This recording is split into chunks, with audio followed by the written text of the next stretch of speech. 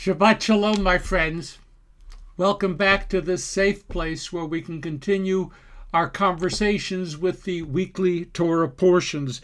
This week, we will be exploring MISHPATIM, Exodus 21, verse 1 and following. Last Shabbat, according to the Sedra Yitro, we were together at Mount Sinai. Lightning, thunder, shofar blast, pervasive fear and trembling on the part of a people that knew very little about the God of Moses.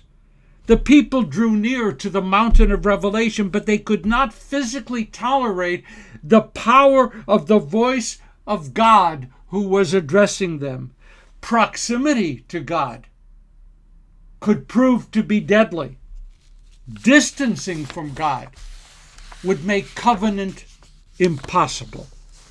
The Ten Commandments, Aseret HaDibrot, were proclaimed, the beginnings of what would come to be called the written law and the oral law were revealed.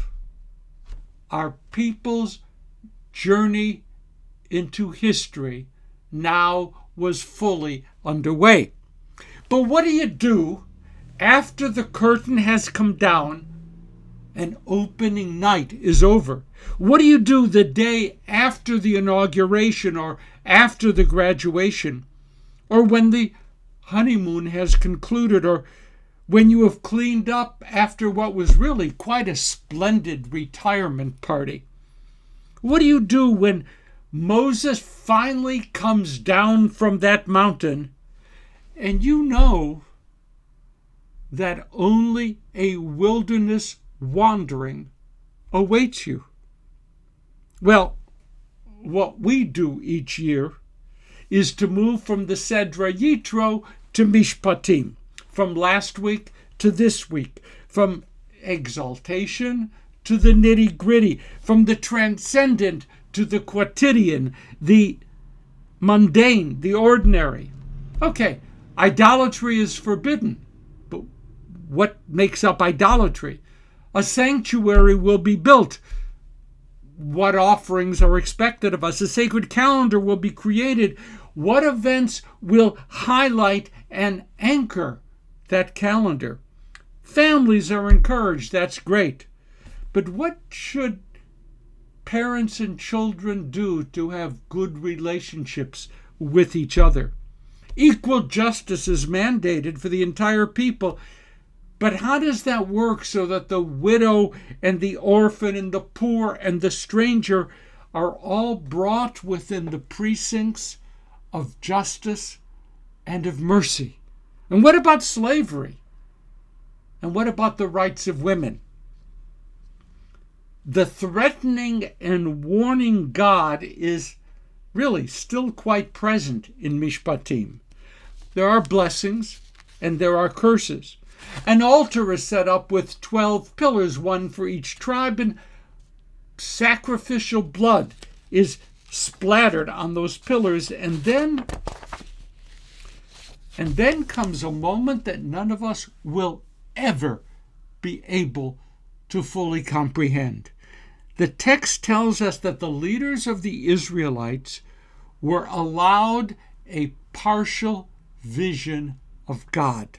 Quote, under whose feet was the likeness of a pavement of sapphire, as pure as the skies. All that we can do is to take note of those words, to take note, but surely not to comprehend. I reached out to my distinguished friend and teacher and colleague, Rabbi Steve Leder, and shared with him this week my own frustration that there was so much detail in MISHPATIM that I was having a difficult time this year focusing on a single theme around which to base my conversation with you. Steve pointed me to the last two verses of the Sedra MISHPATIM. Quote, the presence of the Eternal abode on Mount Sinai, and the cloud hid it for 6 days. On the seventh day, God called to Moses from the midst of the cloud. Now the presence of the Eternal appeared in the sight of the Israelites as a consuming fire on the top of the mountain. Moses went into the cloud and ascended the mountain. And Moses remained on the mountain for 40 days and 40 nights, end quote.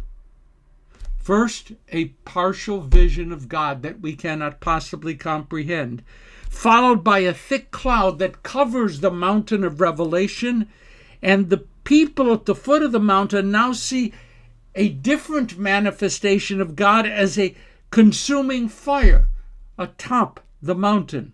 Moses is ordered to enter that cloud, and he would remain on the mountain in the cloud for 40 days and 40 nights. In intimate communion with God, Moses received the 2 tablets of stone inscribed by the finger of God.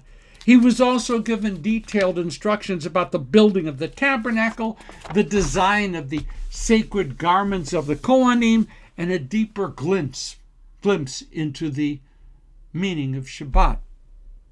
A mountain, a thick, dark cloud, a place of danger and of concealment. Moses enters that cloud. He had no choice. It wasn't volitional.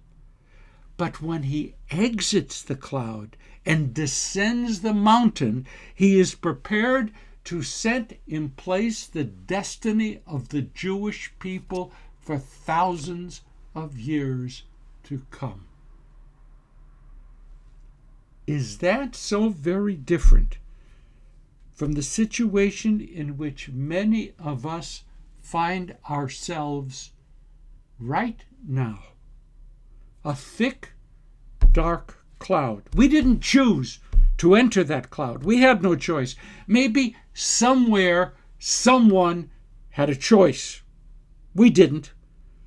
That cloud just suddenly enveloped us, cutting off all sources of light and of hope, denying us a sense of direction, challenging us to remember who we are, even what day of the week it is, and even what we might be able to do to enhance our possibilities of survival. A dark cloud, disease, economic collapse, endless quarantines, blessedly free of real rationales, of coordination, and of science-based structures, lack of trust, political chaos, and insurrection, an existential threat to our country and to all of its promises of democracy. We didn't choose to enter that cloud. But how we exit that cloud is in so many ways totally in our own hands. What will we have learned? In a dramatically and sometimes brutally changed world, how will we restructure our values, our behaviors, even our self-understanding? Know this, my friends. We will exit that cloud. Spring and summer and vaccinations and ever-improving science are beginning to suggest real reasons for hope. But who will we be as the ever-brightening light of reasonable hope fills our lives?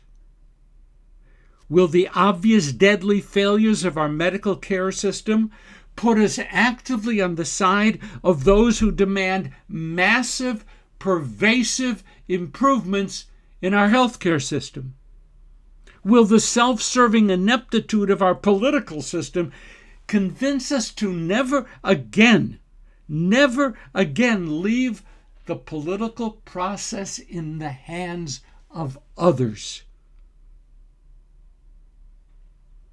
with a manner in which the poor, the disadvantaged, people of color obviously dreadfully suffered far more than most of the rest of us, serve to remind us that we really are in all of this together. Moses had no choice. He entered that cloud simply because he was ordered to do so. And we had no choice. The cloud descended upon us. But how we exit that cloud will be our choice. How we exit that cloud will shape our tomorrows. How we exit that cloud will determine whether this great democratic experiment known as America will continue to stand. How we exit that cloud will determine the kind of people we will be and the nature of the society we will shape.